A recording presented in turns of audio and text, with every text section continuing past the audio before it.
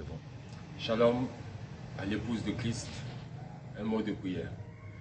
Dieu bien-aimé, créateur du ciel et de la terre, nous voulons ouvrir ta parole. C'est toi qui es l'auteur de la parole, que tu puisses nous interpréter le contenu pendant ces quelques minutes que nous allons passer en ta présence. Nous voulons nous recommander entre ta main. Fortifie-nous et soutiens-nous dans le nom de Jésus-Christ. Amen. Bien-aimés, frères et sœurs, bonjour. Je suis le révérend pasteur Abdan Nadin Liango de Zoé Tabernacle de Bangui. J'aimerais qu'on puisse réfléchir en ce matin sur l'amour. L'amour de Dieu. L'amour divin. L'amour rédempteur. Nous savons que sur la terre, les gens manifestent de l'amour. Quand quelqu'un a un enfant, il manifeste de l'amour envers ses enfants. Quand quelqu'un a des frères et des sœurs, il manifeste de l'amour envers les gens qui sont proches de lui. Mais il y a un amour, un autre type d'amour qui dépasse l'amour philéo. C'est l'amour agapao. Et c'est de ce genre d'amour que j'aimerais parler pendant quelques minutes. Ce genre d'amour, on le retrouve dans le livre de 1 Corinthiens au chapitre 13, à partir du verset 1er. Prenez la Bible, lisons cela ensemble.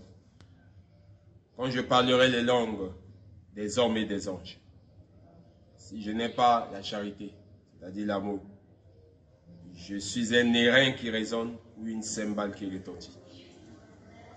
Et quand j'aurai le don de prophétie, la science de tous les mystères, toute la connaissance, quand j'aurai même toute la foi jusqu'à transporter des montagnes, si je n'ai pas la charité, je ne suis rien. Et quand je distribuerai tous mes biens pour la nourriture des pauvres, quand je livrerai même mon corps pour être brûlé, si je n'ai pas la charité, cela ne sert de rien. La Bible donne la définition de l'amour. L'amour est patient. L'amour est plein de bonté. L'amour n'est point envieux. L'amour ne se vante point. L'amour ne s'enfle point d'orgueil. L'amour ne fait rien de malhonnête. Il ne cherche point son intérêt. Il ne s'irrite point. Il ne soupçonne point le mal. Il se réjouit de la justice. Il ne se réjouit pas de l'injustice. Il excuse tout. Il croit tout. Il espère tout. Il supporte tout. L'amour ne périt jamais. Les prophéties prendront fin. Les langues cesseront. La connaissance disparaîtra. La Bible dit que nous connaissons en partie. Et nous prophétisons en partie. Mais quand ce qui est parfait viendra, ce qui est partiel disparaîtra. Par le canal de ce précieux message que nous avons reçu en ce temps de la fin, nous croyons que ce qui est parfait est déjà venu. Et ce qui est parfait, c'est l'amour. L'amour de Dieu. L'amour agapao. L'amour qui peut amener quelqu'un à aimer même celui qui veut lui faire du mal. On peut retrouver ça dans le livre de Romains, au chapitre 12. La Bible dit, si ton ennemi a faim, donne-lui à manger. S'il a soif, donne-lui à boire. Ça, c'est le genre d'amour que Dieu demande à ses enfants de pratiquer. Au verset 9, que la charité soit sans hypocrisie. Ayez le mal en horreur. Attachez-vous fortement au bien. Par amour fraternel, soyez pleins d'affection les uns pour les autres. Par honneur, usez de prévenance réciproque. Verset 14. Bénissez ceux qui vous persécutent. Bénissez et ne maudissez pas. Réjouissez-vous avec ceux qui se réjouissent. Pleurez avec ceux qui pleurent. Ayez les mêmes sentiments les uns envers les autres.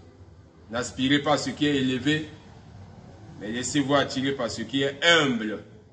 Ne soyez point sages à vos propres yeux. Verset 17 de Romains chapitre 12. Ne rendez à personne le mal pour le mal. Recherchez ce qui est bien devant tous les hommes. S'il est possible, autant que cela dépend de vous, soyez en paix avec tous les hommes. Ne vous vengez point vous-même, bien-aimés, mais laissez agir la colère. Car il est écrit, à moi la vengeance, à moi la rétribution, dit le Seigneur. Ce qui est plus grave, verset 20, mais si ton ennemi a faim, donne-lui à manger. S'il a soif, donne-lui à boire. En agissant ainsi, ce sont des charbons ardents que tu amasseras sur sa tête. Ne te laisse pas vaincre par le mal, mais surmonte le mal par le bien. Frère Branham dit, il n'y a que l'amour parfait, ce genre d'amour, qui va hériter le royaume des cieux. Si nous avons que l'amour pour les gens qui sont proches de nous, les gens qui sont à côté de nous, si nous aimons que les gens de notre communauté et que nous refusons les gens qui sont dans d'autres communautés, nous n'allons pas hériter le royaume des cieux. Parce que Dieu lui-même, il est amour. Quelqu'un qui manifeste l'amour, le vrai amour, c'est un enfant de Dieu. Un jour, Dieu a permis que son envoyé puisse arriver au ciel pour voir qu'est-ce qui se passe réellement derrière le rideau du temple. Et lorsque Frère Branham est arrivé derrière le rideau du temple, il a constaté qu'il y avait une harmonie de l'autre côté. La voix lui a dit, ne peut arriver là-bas que celui-là qui a l'amour parfait. C'est pour cela, nous en tant que croyants de ce précieux message, nous devons manifester de l'amour envers les autres. Même tous ceux qui sont, entre guillemets, égarés, nous devons manifester de l'amour envers eux pour les ramener sur le droit chemin. Il n'y a qu'un seul ciel, nous n'avons qu'un seul prophète, nous n'avons qu'une seule Bible, nous n'avons qu'un seul Dieu, c'est le Seigneur Jésus-Christ.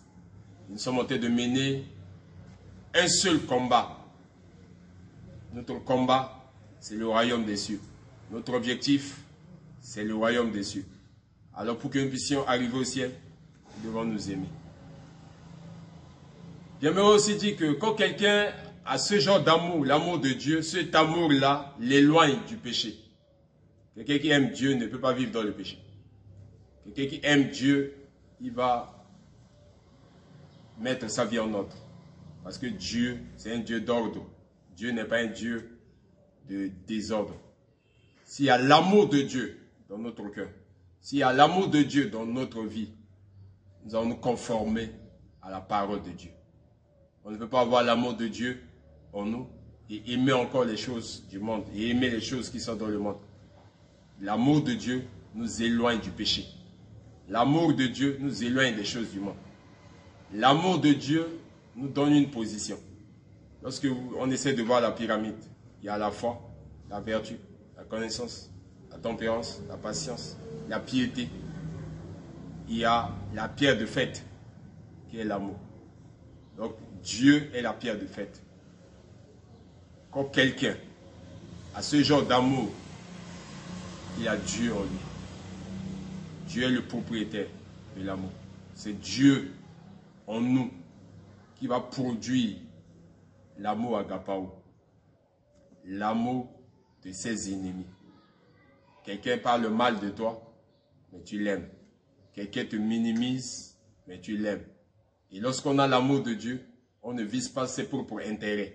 C'est ce que nous avons lu dans 1 Corinthiens chapitre 13. Quand on a l'amour de Dieu, on se soucie des autres. Quand on a l'amour de Dieu, on va privilégier le bien-être universel. On va vivre pour les autres. Beaucoup de personnes aiment vivre que pour eux-mêmes.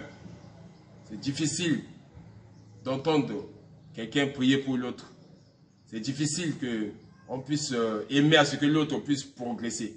Nous voulons que ce soit nous qui puissions progresser, nous puissions aller de l'avant. Or, si nous avons l'amour de Dieu, nous allons prier pour les uns, nous allons prier pour les autres. Nous allons accepter à ce que les autres puissent évoluer. En ayant ce genre d'amour, Dieu va nous aider. Dieu va nous positionner. Dieu va se souvenir de nous. Dieu va penser à nous. Et nous n'allons absolument manquer de rien parce que nous avons en nous Dieu. Si quelqu'un n'a pas l'amour, il n'a pas Dieu. Que Dieu nous aide et que Dieu puisse nous soutenir davantage afin que chacun en ce qui le concerne puisse penser à cet amour. Que chacun puisse se réclamer l'amour divin. Que chacun puisse se réclamer l'amour de Dieu. Nous prions le Seigneur. Éternel Dieu Tout-Puissant, cette journée dominicale, nous voulons nous remettre entre ta main. Ta parole déclare, quand je parlerai les langues des hommes et des anges, si je n'ai pas l'amour, je ne suis rien. Quand j'aurai le don de la prophétie, la science de tous les mystères, si je n'ai pas l'amour, ça ne sert absolument à rien. Quand j'aurai même la foi pour déplacer les montagnes, si je n'ai pas l'amour, ça ne sert absolument à rien. Ta parole nous a parlé de ce que c'est que l'amour, la définition de l'amour. L'amour ne se vante point, l'amour ne s'enfle point d'orgueil, l'amour supporte tout et l'amour croit tout. Tout ce que nous voyons disparaîtra. Mais l'amour, qui a un solide fondement, va demeurer. Parce que toi, Dieu, tu es amour. Bénis ton peuple de par le monde entier qui écoute cette petite morceau, cette petite séquence de ta parole. Crée en nous l'amour divin et l'amour rédempteur. Que tu puisses nous aider, que nous puissions vivre en parfaite harmonie avec toi. Merci parce que tu le feras. Que ton amour descende dans chaque cœur pour voir aux besoins. Dans le nom de Jésus. Nous t'avons ainsi prié demandé par la foi. Amen. Que Dieu bénisse tous. Je suis le révérend pasteur Abdon Aden Liango de la République centrafricaine. Mon église c'est Zoé Tabernacle. Nous sommes situés dans la ville de Bangui, à la rue Mbossoran. Le numéro de mon téléphone c'est le 00236 75 56 38 88. Shalom à l'épouse dans le monde.